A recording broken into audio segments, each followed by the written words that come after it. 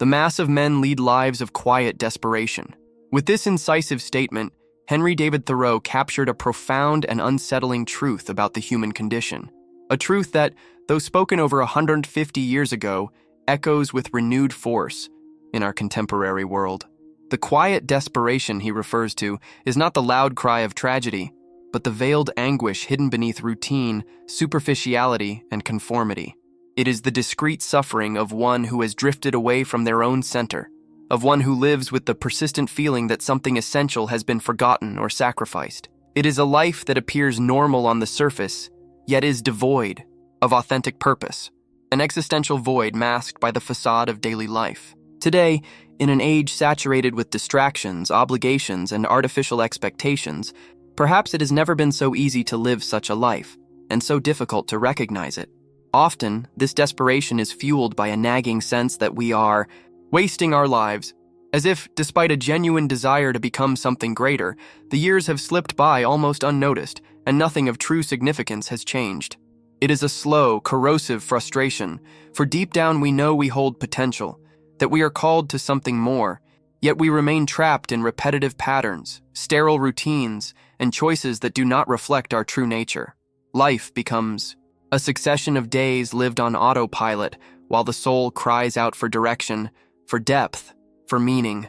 Phillips Brooks captured the anguish of those trapped in this condition when he remarked that such people feel the thing they ought to be beating beneath the thing they are. This image powerfully reveals the internal tension between latent potential and lived reality, an existential duality in which one is constantly confronted by the contrast between who they are and who they might become. It is as if a second life, more true and vibrant, struggles to rise to the surface of their current existence, but is continuously suppressed by fear, conditioning, and misaligned choices. What Brooks describes is the silent conflict between inner vocation and outward conformity, between the call to authenticity and the habit of mere survival. Ignoring these inner stirrings for too long is a serious risk. When we silence the inner, call out of convenience or fear, we doom ourselves to a life haunted by what might have been. The unlived life becomes a lingering ghost, hovering over every postponed decision, every stifled dream, every missed opportunity. The anguish does not vanish. It merely changes form, manifesting as chronic regret, quiet resentment, and an existential fatigue that seeps into even our seemingly joyful moments. That is why, in this video, we propose an urgent reflection. How can we break free from this life of quiet desperation and initiate a transformation that leads us toward a more conscious, fulfilling, and meaningful existence? Carl Jung wrote, "We cannot change anything unless we accept it." This simple yet powerful statement points to the first and indispensable step on the path of transformation, the honest recognition that something in our way of life needs to change.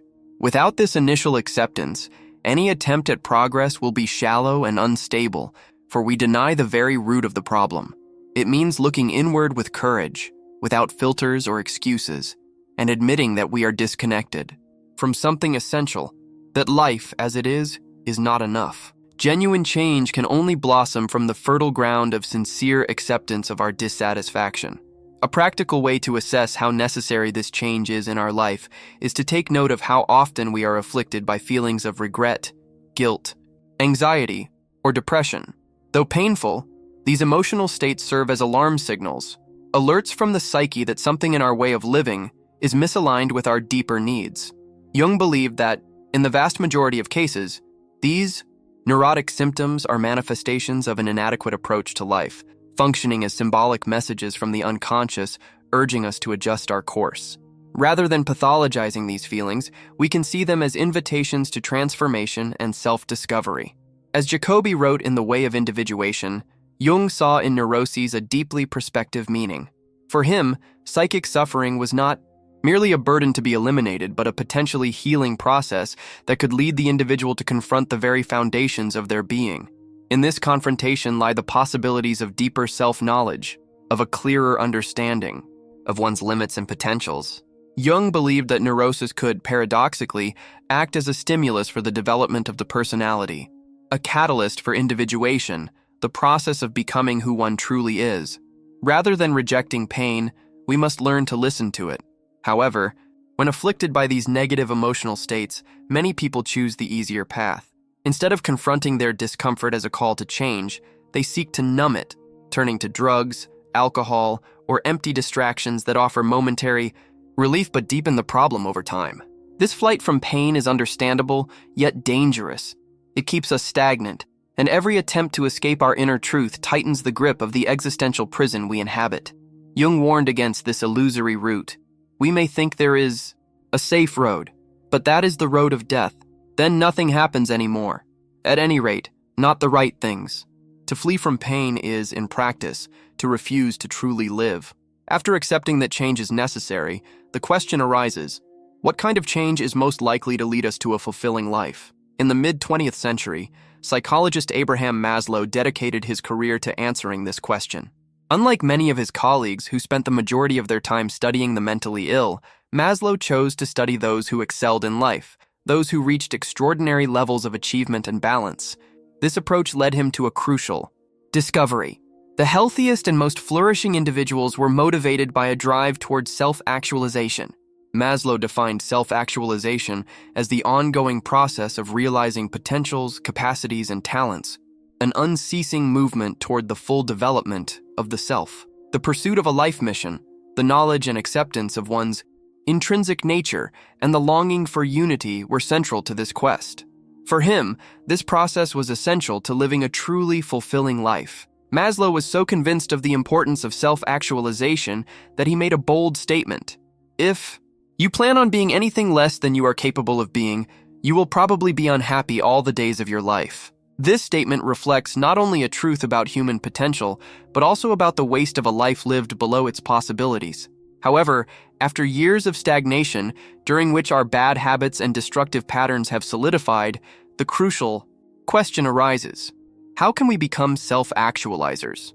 A quote, of uncertain origin but often attributed to Ralph Waldo Emerson, offers some direction. Sow a thought and you reap an action. Sow an action and you reap a habit. Sow a habit and you reap a character. Sow a character and you reap a destiny.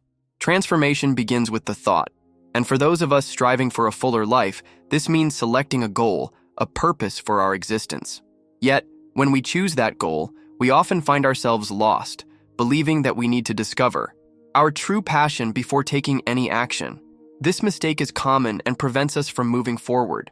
The truth is that, frequently, our passions follow the development of our skills. If we are uncertain of where our passions lie, we are unlikely to discover them through thought alone.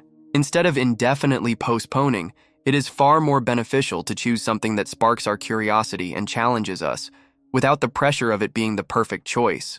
The most important thing is to begin, to take the first step toward something challenging, and over time, passions and purpose will reveal themselves as we gain experience. With this, the thought sowed, the goal chosen, will only have a positive effect if it is followed by action and the building of more productive habits, which propel us forward in the pursuit of our aims. Having something to aim for is important, not so much for the external benefits or rewards that the achievement of the goal may bring, but for the inner transformation that the process demands from us. Pursuing a challenging goal forces us to step out of our comfort zone, to develop new skills, to cultivate self-discipline. And along this process, we discover that we are not as helpless as we once thought. The greatest lesson is not just in the attainment of what we seek, but in the changes we undergo as we pursue that goal. This journey of self-discovery is the true reward, as it teaches us that we are capable of much more than we imagined.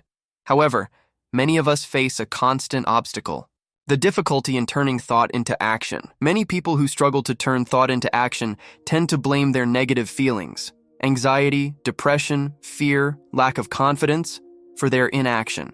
They believe that before taking any steps, they must first rid themselves of these emotions.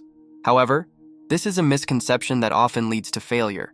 Negative feelings, though intense, are largely the result of faulty behavioral patterns and the tendency to avoid challenges that, if faced, would lead us to growth. Meditation and introspection alone do not cure us of these feelings. Action is necessary, even when we feel insecure or vulnerable. The act of taking purposeful action, even in the face of our disturbing emotions, is, in fact, the way to overcome them. The importance of purposeful action as a cure for our disturbing emotions is a central principle in Morita therapy, a Japanese school of psychotherapy. David Reynolds, one of the practitioners of this approach, explains that life must be realigned in the direction of doing what reality demands of us. In other words, we must focus more on productive behavior and less on the emotions that arise throughout the process. According to this view, when we engage in constructive activities, disturbing feelings lose their power and relevance. They cease to be the center of our experience. Even when feelings become problematic, immersing ourselves in activities that require our attention and effort puts them into perspective. This ability to act, even when we are not emotionally prepared, is one of the greatest distinguishing features of self-actualizers. Furthermore, as Thomas Huxley wrote, perhaps the most valuable result of all education is the ability to make yourself do the thing you have to do when it ought to be done, whether you like it or not. This ability to act, even without desire or enthusiasm, is one of the greatest virtues of an individual seeking self-actualization. True growth does not happen only in moments of pleasure or motivation, but in moments of discipline, when we manage to overcome internal resistance and do what is necessary. Similarly, Maslow argues in Toward a Psychology of Being that self-actualization does not mean the transcendence of all human problems.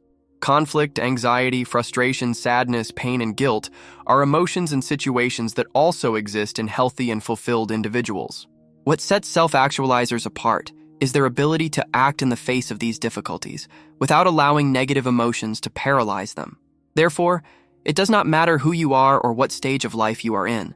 Negative emotions will always present themselves. The question is, do you have the courage to act in the face of them, or will you allow yourself to be paralyzed by fear? Those who find that courage will live a much richer and more meaningful life than those who shrink in the face of their fears. As Emerson wrote, "Do the thing you fear, and the death of fear is certain." An effective method to cultivate the courage needed to act in the face of our fears is to reflect on the imminence of death. Stoic philosophers suggest that those who become more aware of how brief life is will have far greater chances of living intensely and courageously. Taking advantage of every moment without procrastinating or delaying important decisions is a principle that can transform our approach to life. Steve Jobs, a clear example of a man of action, recognized the power of this reflection. "Remembering that I'll be dead soon," he said, "is the most important tool I've ever encountered to help me make the big choices in life, because almost everything, all external expectations, all pride, all fear of embarrassment or failure, just falls away in the face of death, leaving only what is truly important." The life you want to live starts now. Every day is an opportunity to act, overcome fear, and move toward your true potential. Don't wait for perfection or the absence of negative emotions. Transformation happens when you act, even in the face of adversity. The choice is yours. Stay in your comfort zone or take on the challenge that will lead you to a fuller, more fulfilling life. The time to change is now. Act.